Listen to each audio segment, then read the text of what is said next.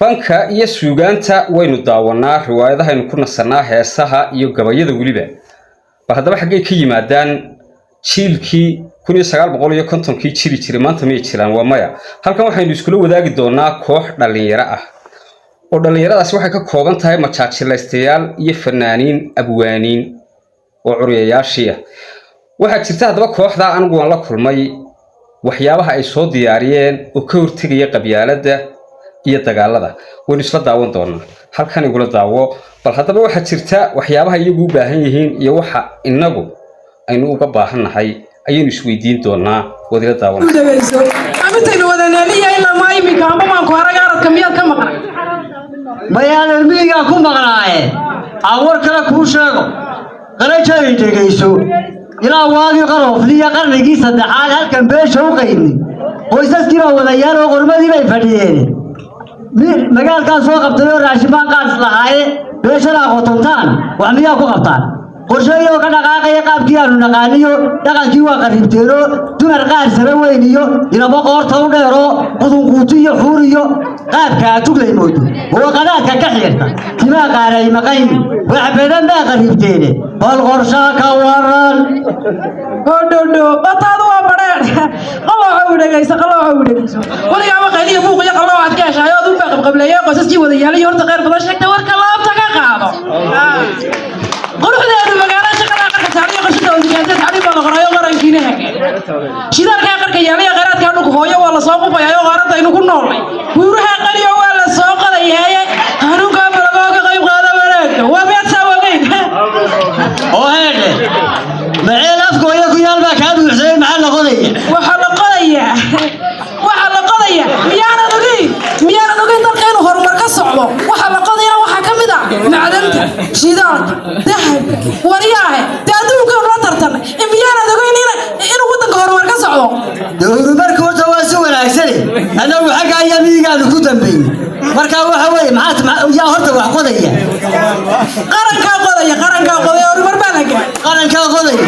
dee waa si wanaagsan qaranku waxqabadkiisu waa wanaagsan yahay laakiin biyo dhaar iyo waxbaa la filayaaye biyo miyay noo sideen taasoo horumarka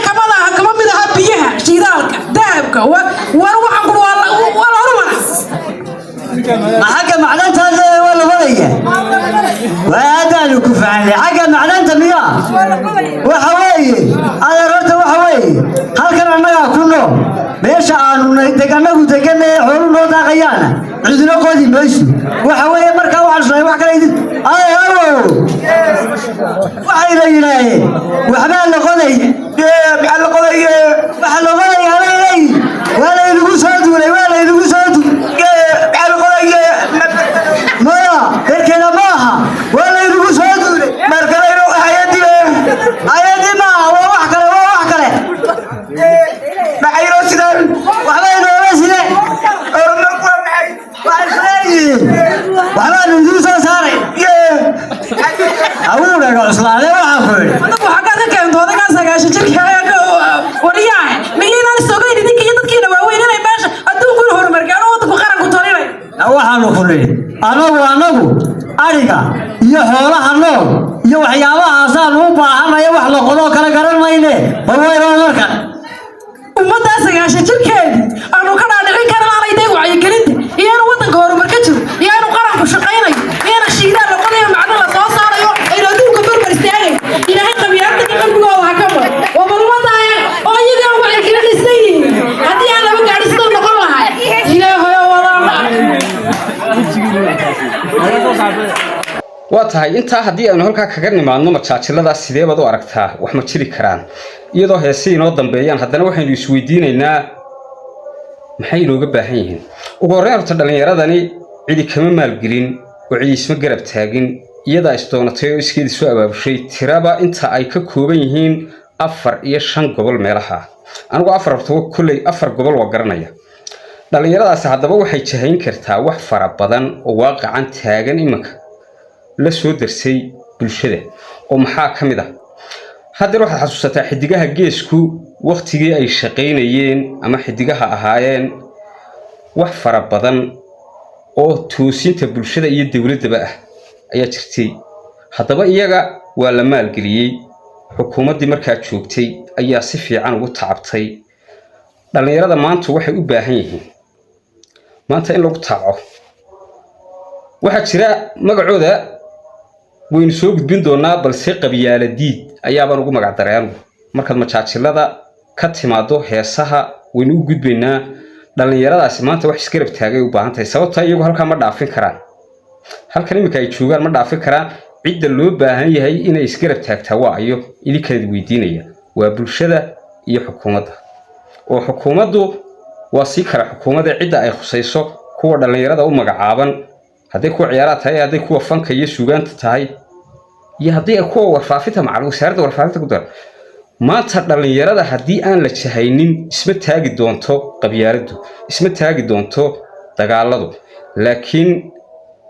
maanta waxaad arki doontaan kooxaha dhalinyarada ah hadday kuwa dalladaha yihiin kuwa ururada yihiin kuwa fanka iyo suugaanta yihiin kuwa baraha bulshada yihiin haddii aan la jahaynin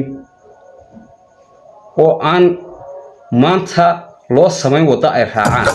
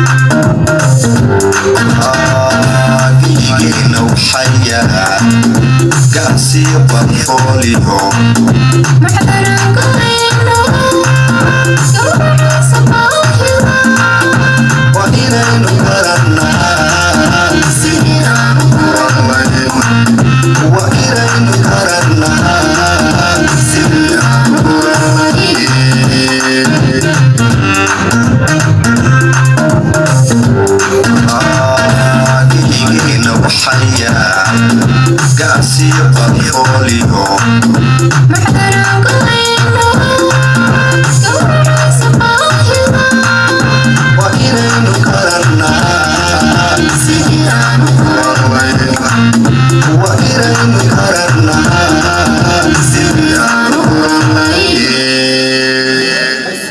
تعيش يا صوت الرحمة. ورويد السلام يا فرود يلا يكتا شارت يلا يكتوا حقنا dhalinyarada cid kasta gaarsiiya oo isgarab taagi karta sheer gareey